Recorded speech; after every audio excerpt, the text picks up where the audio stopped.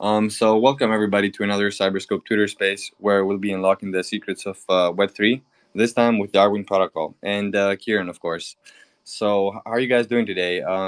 We were in your space last time. We had a pretty good time, and I'm sure we're gonna have as a great time this time as well. Yeah, it's really good. Thank you. It was great having you over there. I didn't get to speak in that one, but it was great listening to you all. I'm excited to go through this with you. Awesome, awesome. So let's get it going.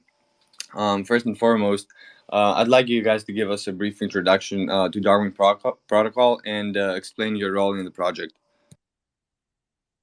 Okay, yeah. So I'm Kieran Murphy, and I'm the team lead of Darwin Protocol. Darwin Protocol is essentially a decentralized exchange that works through the automatic redistribution of tokens. What that basically means is during the last bull run, a lot of tokens like SafeMoon, etc., got really big during the bull run, where they perform taxes on transactions. So you send one BNB to buy 100 SafeMoon, and you'd only receive 90 SafeMoon because they taxed the 10% and they redistributed it for users. Mm-hmm. What Darwin Protocol does, it does exactly the same stuff but onside the DEX contract itself. So it opens up a lot of variables to be able to do it, like what we can tax, how we can tax, and what can be done with it. So it's a lot more can be done than can be done with an on-token contract. And we're leading up to launch soon. Awesome, awesome, great stuff. I find your concept really interesting, and we're gonna get into more detail later. So, I'd like you to share us a bit about your journey into the world of crypto and how you've developed an interest in this field, because I find personal backgrounds in crypto intriguing.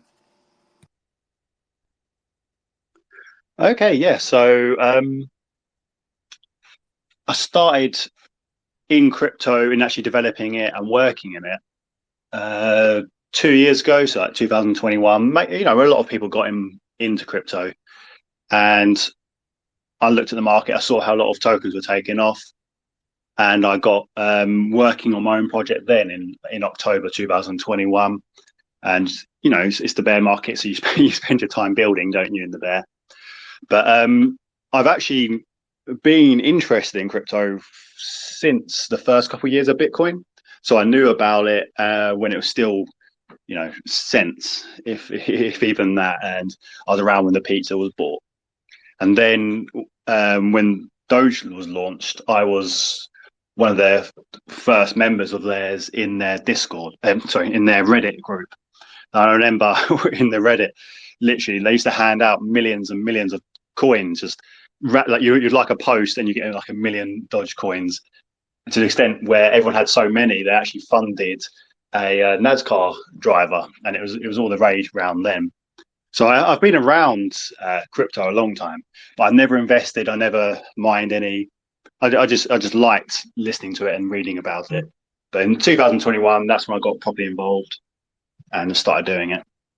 Awesome, awesome, great stuff. Yeah, I personally also got in during 2021. I think, like you said, most of the people actually got in 2021, and Reddit was absolutely fire back then. Um, so you mentioned that you started working on your project in 2021. So how did you come up with the idea back then, and how did you get to identify the problem? Yep. So yeah, October 21 is when we officially started with the Darwin Protocol. It didn't have a name back then. It was just, you know, we were just like developing something we wanted to do. The idea around it came is through my interest in tax tokens. I liked the idea of the redistribution element of, you know, reflections, burns, and things like that, and taking the coins from trades and reusing them. But I did not like the idea of people being burned and hurt by that. Because what would happen is the first few buyers would get in, they'd get huge bags, and then subsequently, every following buy, the new buyers, they're never going to see enough reflections or enough profit to compensate for the initial loss. It's only the original buyers. So what happens is they're just losing money for no reason. So it ended up hundreds and hundreds of millions of dollars was taken from these trades that never had to be taken and never benefited anyone but the original buyers. And I use Safe as an example there. A lot of the holders there, the original holders, they made hundreds of millions. You saw it obviously with Shiba as well, hundreds of millions they make. The people made all that money. And I know that happens anyway when you get in early to a project, but it is emphasized and made a lot worse with a tax contract. So what I wanted to do was have the same benefits, allow people to earn from crypto without having to stake it, allow people to do dividend contracts, do burns, all the same thing, but without the extreme costs. And that led to us trying to build a system that allowed anyone to be able to do what we call taxless redistribution. So I developed originally a token contract that did do taxless redistribution. So I had a token contract and it forced the DEX it would operate on against the DEX's own code to do the redistribution of tokens without taxing users. It basically taxed the liquidity pool. The problem with that, if I didn't tax when people sell, it caused just basically a loophole in it where someone could exploit the contract quite easily because the price would go up so much if you just kept buying that you could then hold a half to the side, then sell it. They would dump the whole contract price and they run off with a huge fortune. So I then moved on from that and said, look, yeah, well, I can do that and that helps my own token. But what if we did it on the DEX? Then we can help other people and allow any tokens to list. So by doing it on the DEX, not only can we benefit for our own token, any token can list on it and do the same. Even existing tax tokens can list on the DEX and benefit from it. So they can even refund their users the taxes they pay while still taking taxes out. Mm-hmm. Awesome. Yeah, great stuff. Because the thing with the thing with reflections is that they kind of mess the sustainability of the project. Like, because due to the first buyers only benefiting from the reflections, obviously there's not going to be enough buy pressure to keep the volume going. But since your model is basically redistributing the taxes through the liquidity pool, so that's basically the source of the funds. Isn't the liquidity pool getting weakened essentially? So if you just left the liquidity pool alone and did absolutely nothing, then yeah, it would be. So say you just took out tokens. So say we just took out Darwin tokens from liquidity pool. What would happen is the value of the liquidity pool would skyrocket the value of the token because the Ethereum would stay the same in there, but Darwin coming out. So that would make it skyrocket. And that allows exploits. So what you have to do, you've got to counter it by also taking Ethereum out at the same time. Now, if you do that, it devalues the whole liquidity pool. So therefore, we had to create, not only we have to create the unique method of allowing taxes to be done this way, we had to counter those exploits and the weakening of the liquidity pool. And we've done that in two ways. The first one is when the Ethereum comes out, we store that in what we call the liquidity injector. It basically just keeps aside all the Ethereum, and at any point, we can just inject it straight back in. What it does, it will buy Darwin tokens, pair them inside the contract, and put them back into the LP pool. And it does not create LP tokens, because if it created LP tokens, it would hurt the LP holders. So we made it not hurt the LP holders at all. So it's completely harmless. All it does, it just keeps the Ethereum within the LP and helps re-strengthen liquidity pool. The second thing we did was create something called liquidity bundles. Now, we fund the bundles in two ways. The first way is when we taxed the liquidity pool, we take a portion of the Darwin and send it to our community. The community vote on how they want to spend the funds. So they can do reflections, they can do burns, they can do giveaways, whatever. One of the options is liquidity bundles. So they can vote to put Darwin in there. The second way we fund liquidity bundles is we obviously tax every transaction on the liquidity pool, as like any DEX does. It's only a small, it's like 0.03% or no, 0.3%. And 0.05% of that will go to liquidity bundles. So for every trade, you're funding liquidity bundle. And that builds up a value of Darwin tokens. When it reaches a set price, say $300, it will open. It will go on our DEX and say, here is a bundle of 300 Darwin. All you have to do is pair $300 worth of ETH with it, and it will place it back into the LP pool for you. You'll have to stake for a minimum of 1 year, and after that year, you will receive the Darwin, the Ethereum, and the rewards. So we halve the cost of entry to create an LP, and we give you the full benefit after 1 year. So we ensure it's staked for 1 year, so it creates safety and it stops it being rugged. And it makes it half the price. So it halves the barrier of entry for people to get involved with liquidity provision. Yeah, I love the idea because it sounds very sustainable. Um, I wanted to touch on the on the challenges subject, anyways, and you kind of went there on your own. Are there any other challenges that you guys have faced up to today? Because from my research as well, the way you've approached and built everything seems very professional. So, what other challenges have you guys faced so far, basically? Okay, so the very first challenge we faced is we built a test contract when we did it originally on the token side. And what I made it do was basically when you bought a token, it would like burn like 90% from the LP what you bought, and you get the other rest. And what that happened was it worked as an amazing proof of concept that what we're doing works, but it was like exploited within like a week, because as you can imagine, doing the burns with no counter and having no taxes absolutely allowed exploits to happen. So that's why we did like test contracts like that. We had the idea, we put it out live, and we let people test it. At the time as well, I made it real live rather than testnet live, because I wanted to basically see what would happen when people who, because like hackers, their job to try and hack things.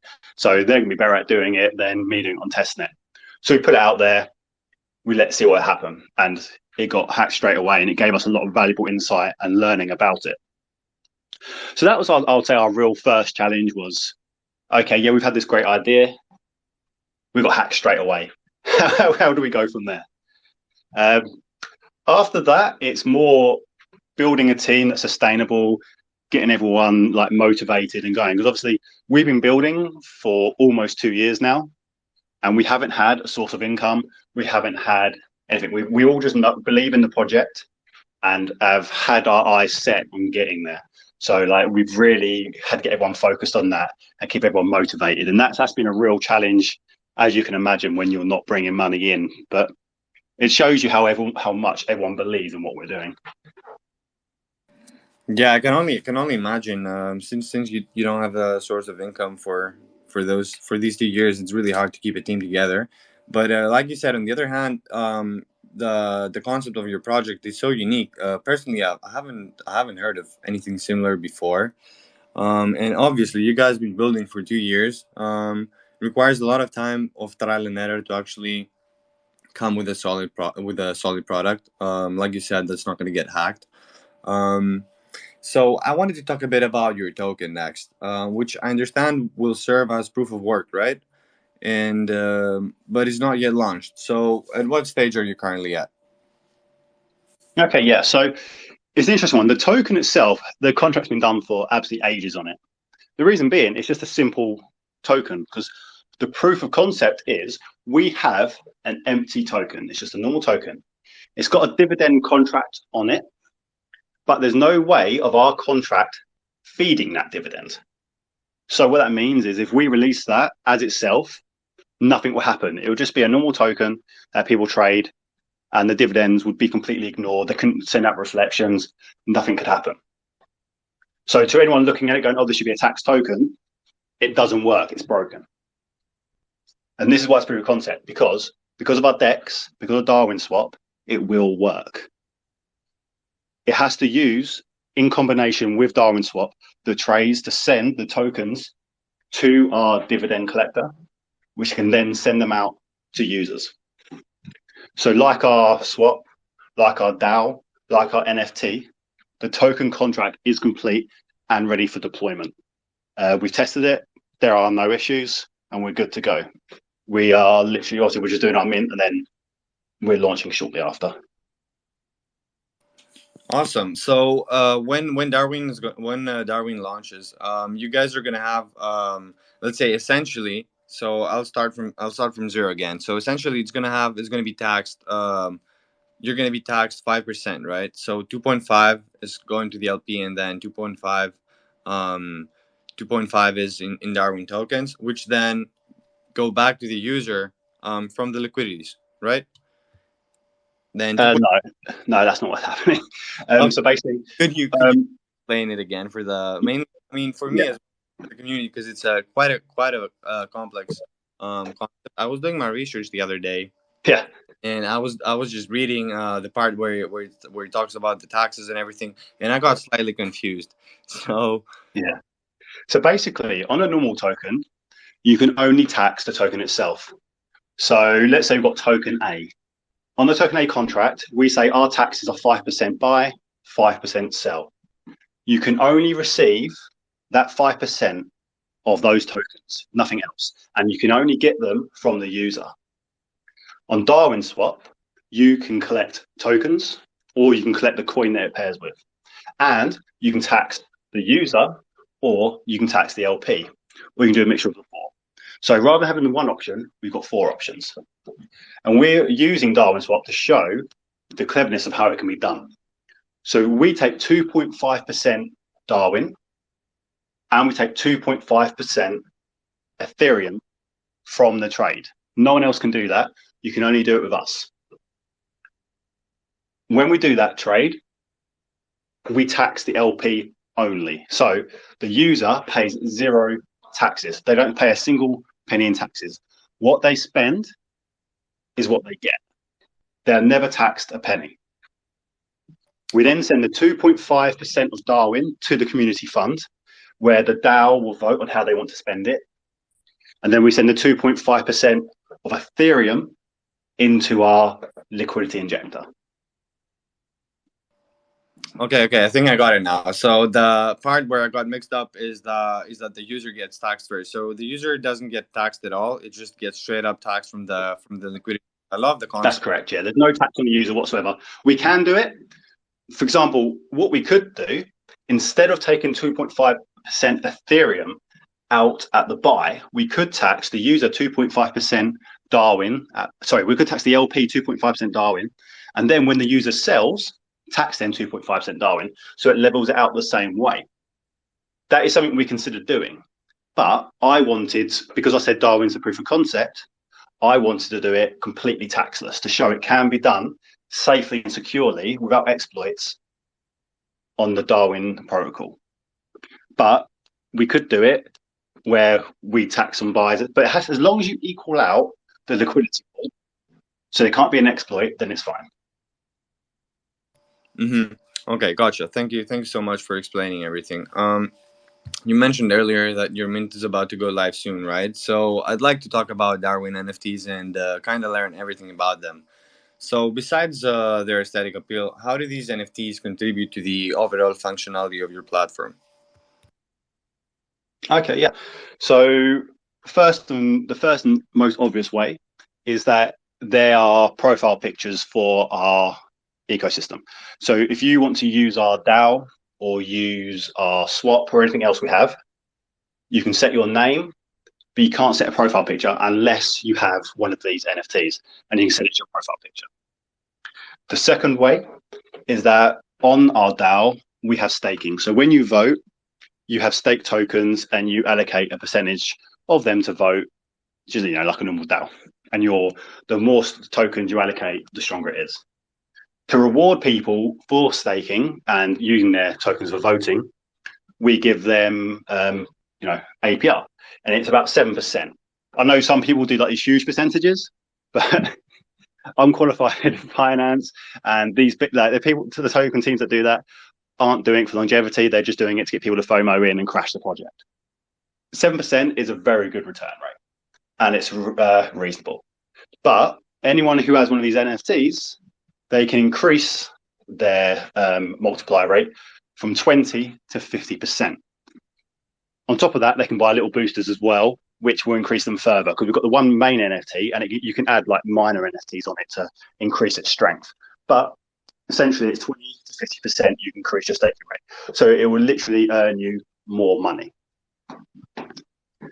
The third way we will use it is we have a project coming out soon called the Inner Circle. Now, we're a DEX, so we have a lot of people that will be launching on our platform and be listing with us.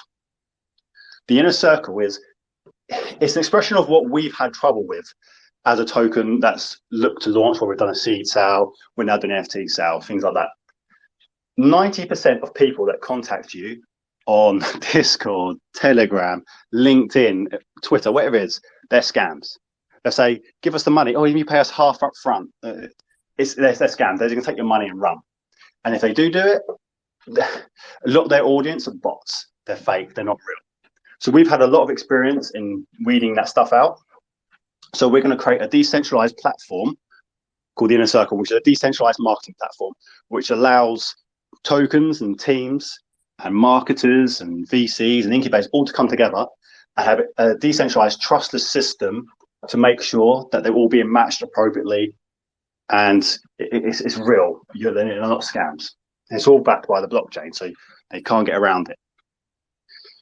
The NFT will give them free access and free credits to using that. The next way that is important is it's kind of like a mini private sale. So you're going to spend 0.04 ETH to mint one of these NFTs. You will receive 0.04 ETH of Darwin. So you're immediately getting your money back.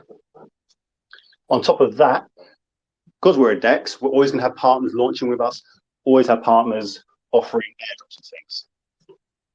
To start with, we already have 3 partners giving benefits to our users. So Solus are giving us 100 Solus tokens, worth about $20. Mahaya are giving us an NFT worth about $50. And Pharmacar are giving us a ticket to their online game, which is worth about 200 of their in-game currency. So it gives you access to these benefits exclusively from our partners.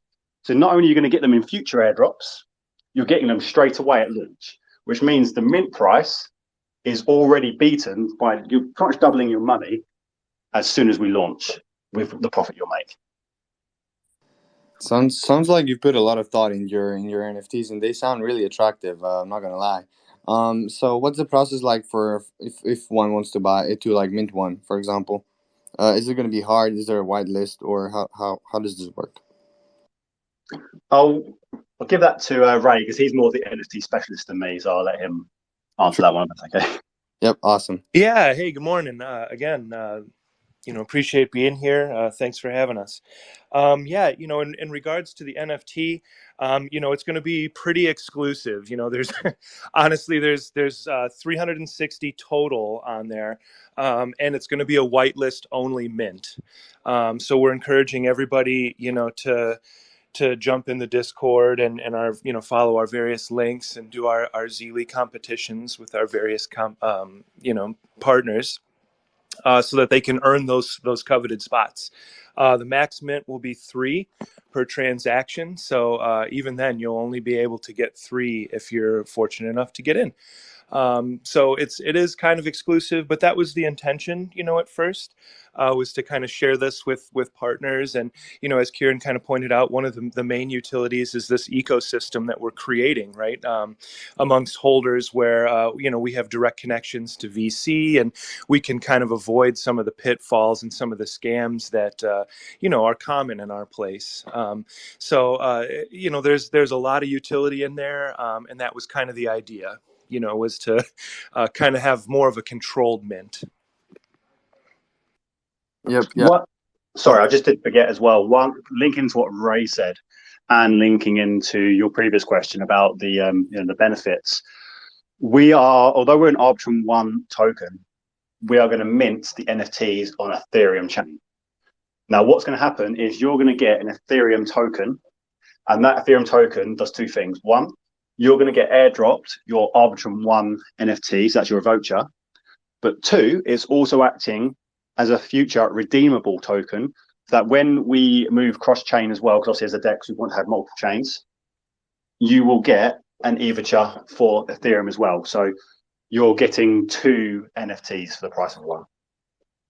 Oh, that's amazing. I love the approach you guys are taking on the NFTs, and I'm sure it's going to level up the DEX straight from the start.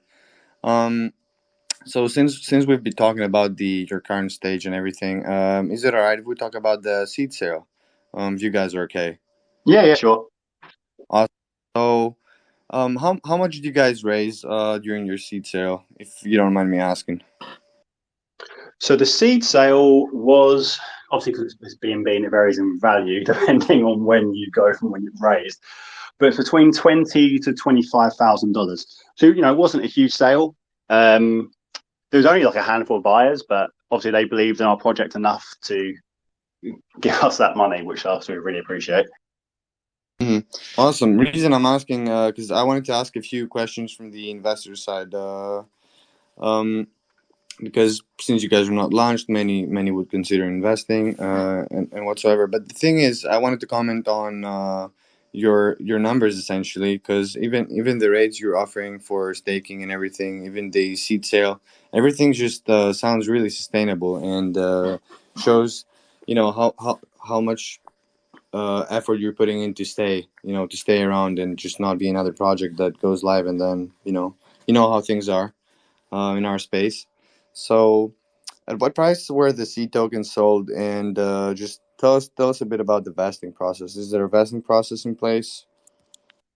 Okay, so with the tokens, they have a vesting period of 1 year with an APR rate of 7.5%.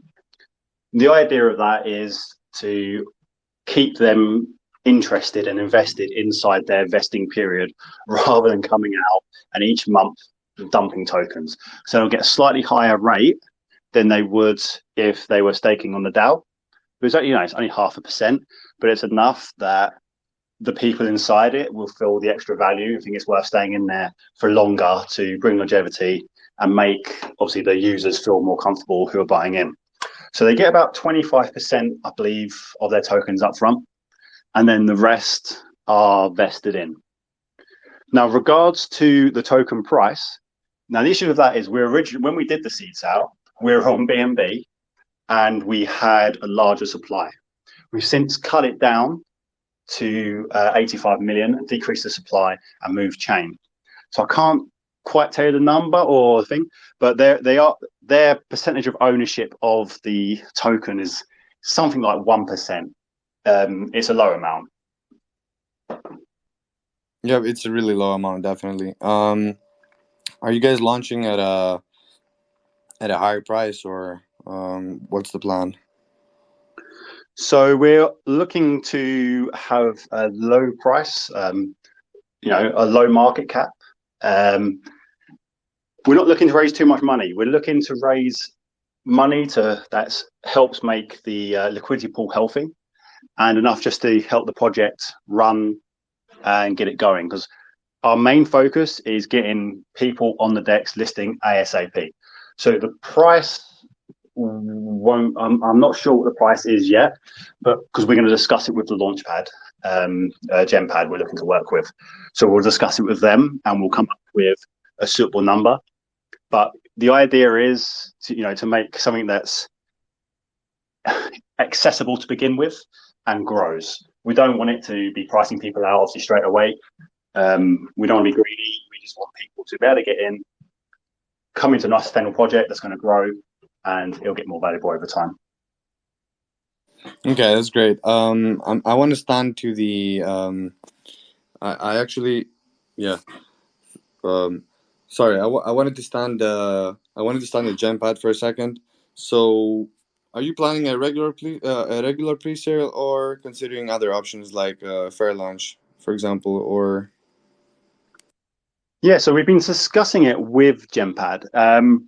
They're upgrading their site at the moment, and I'm really looking forward to seeing it because it's a big upgrade. We're literally redoing the whole site, all new code, all like proprietary technology, and so I'm really excited. And part of that is being able to have a bit more creativity in what we do it. Because the problem is with a launchpad, they want you to send your tokens to, like PancakeSwap or something like that. So we can't do that. We have to send them to our DEX or our token doesn't work. So we're discussing with them the best way of doing it. But it looks like what they call like a hyper launch or a fair sale is what we're looking to do, where people come in, they put their money in, and then the price is set by how many people come in and how many they buy. The hyper launch is slightly different because it uses whitelists. So like you only have a limited number of people buy in. So, but we're just discussing what's the best way of doing it at the moment. And it looks like it'd be one of those two. Rather than a set token fee, it'll be one that varies based on the number of investors. Awesome. The guys over at Genpad are pretty experienced, so I'm sure they'll give great advice.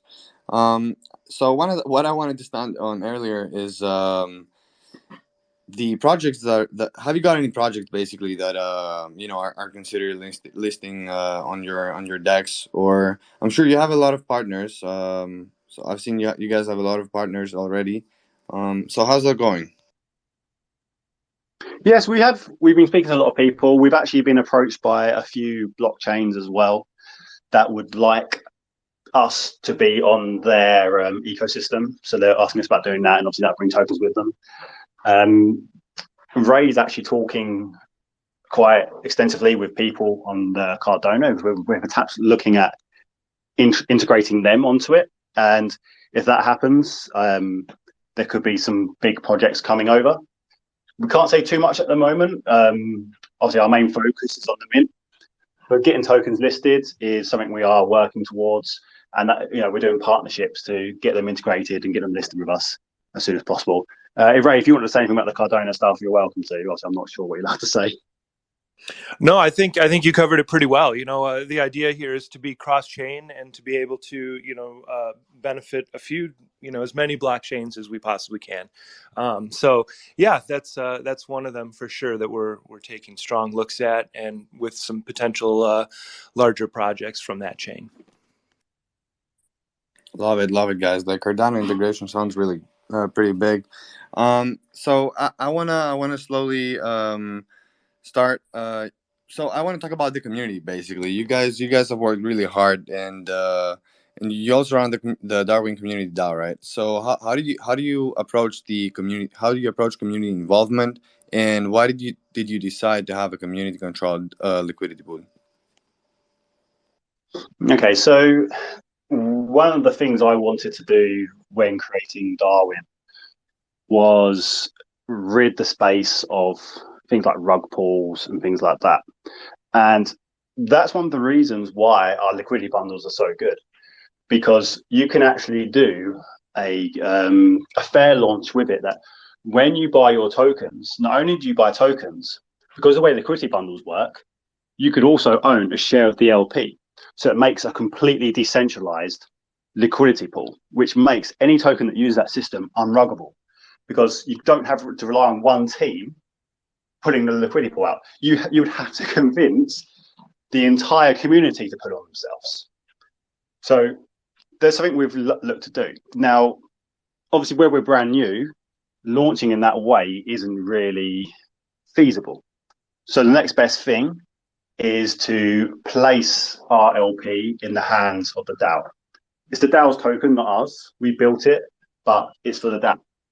So we are doing what we are supposed to, giving ownership to the DAO so they can vote what they want to do with it. Now, obviously, at the moment, we are in the key central positions of the DAO. We do have a lot of roles. So there's like lots of roles like admins, owners and things. But as the DAO gets going, we'll hold votes and we'll start talking about how that will change and how the community gets more ownership. Because at the moment, obviously, we've got our socials and we like to be engaged with people. We like to talk to people. I see a few people in here that we're used to seeing. But, you know, it's still, for me, we're still too much of Darwin, the core team controls everything. I want to move away from that. The Darwin core team focuses on, you know, making great products, and the ownership of the token and how it all works stays with the community. Love it. Especially because you know, crypto is all about the community after all, and I see you guys putting a lot of effort into it, and you've thought of everything very well in every aspect of it. So looking ahead, what can we expect from you guys in the future? Are there any other products or features that you're planning to add on your platform? I've seen a few that are upcoming in your roadmap the other day, but I'll let you mention them. Okay, so the first thing we're currently implementing at the moment, as Cyberscope is aware because we're making you part of it, is what we call secure decentralization. So decentralization, everyone knows, is about not having one central place, having obviously everyone controlling it. The problem with that, it's very much like an unmodded forum. It's great in theory, but it leads to absolute chaos. As Reddit's recently just seen when a lot of their communities refused to mod. And it's just literally porn links got posted and bots. And so in theory, decentralization is fantastic. But we believe there's got to be some security in place as well. There's a reason why other key dexes have been listed to have 99% of what they get listed on there be scams or rug pulls. Because there's no security in place. Every time you hear about a hack, how is it being funded? For a flash loan, because there's no security in place. So we're completely decentralized. We allow people to list, but we're not going to let you just rug our investors of the DEX. So we're not washing our hands of things. So what we're doing, we are putting security in place. So when a token lists, you will see on there a verification. We'll show what sort of taxes they do, links their contracts and things on one side. And at the bottom, we'll show who they've been audited by, who they've been KYC'd by, and things like that. And if they haven't been audited or KYC, it will say that as well. So you're more than welcome to buy from them, but you're going to know the risk better than you would on another DEX where they don't show those things. But we're upgrading that further. We've got in our team a great AI guy who is studying a doctorate in it. We are building an AI system that when someone lists on our DEX, it's going to check the tokenomics of the taxes they want to do on our DEX and make sure they're safe. Because as I said, with the way we do tokenomics, where you can tax the LP and things, if you don't do it right, you can be exploited. So the first thing it's going to do is make sure that comes out. It's then going to be upgraded as it learns to review contracts and review systems and review people who upgrade things and upload them to our system. So it's going to be like a good monitor of what's going on the DEX. It won't, obviously, we're not going to control it. It's going to be a proper self-integrated system, so it keeps with the decentralized theme. And it will stop people putting on nefarious contracts that can rug people.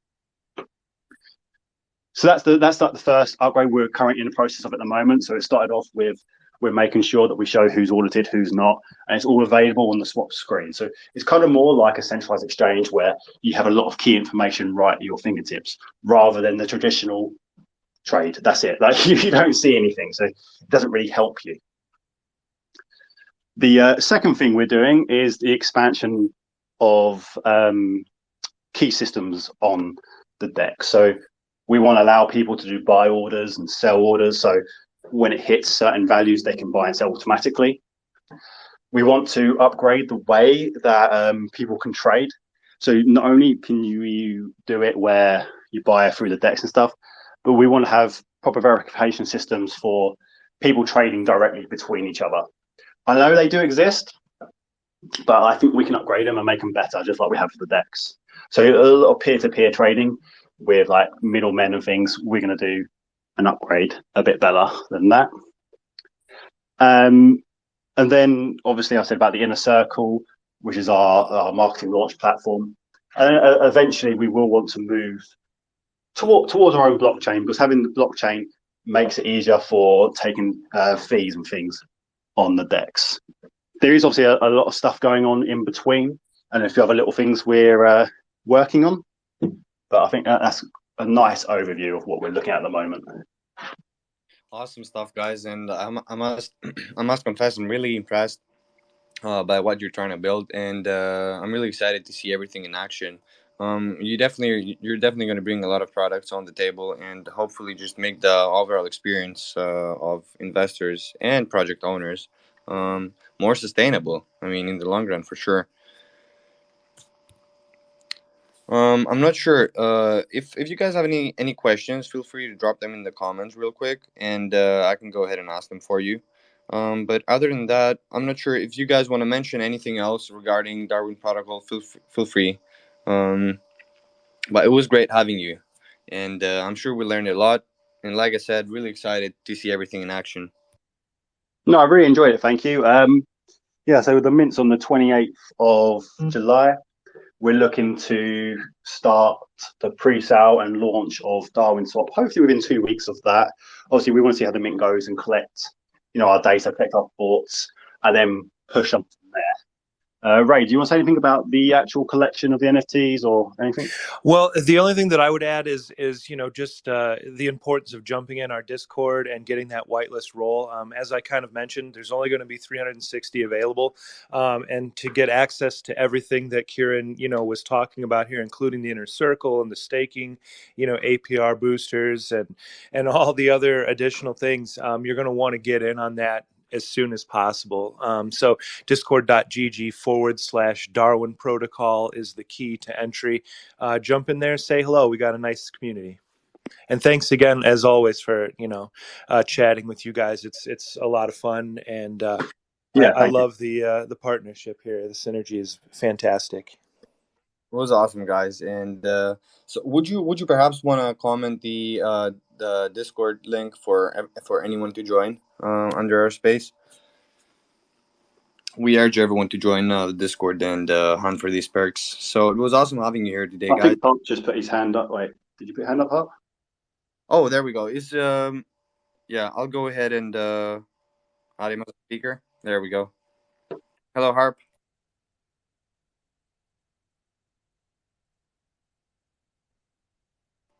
You can speak now.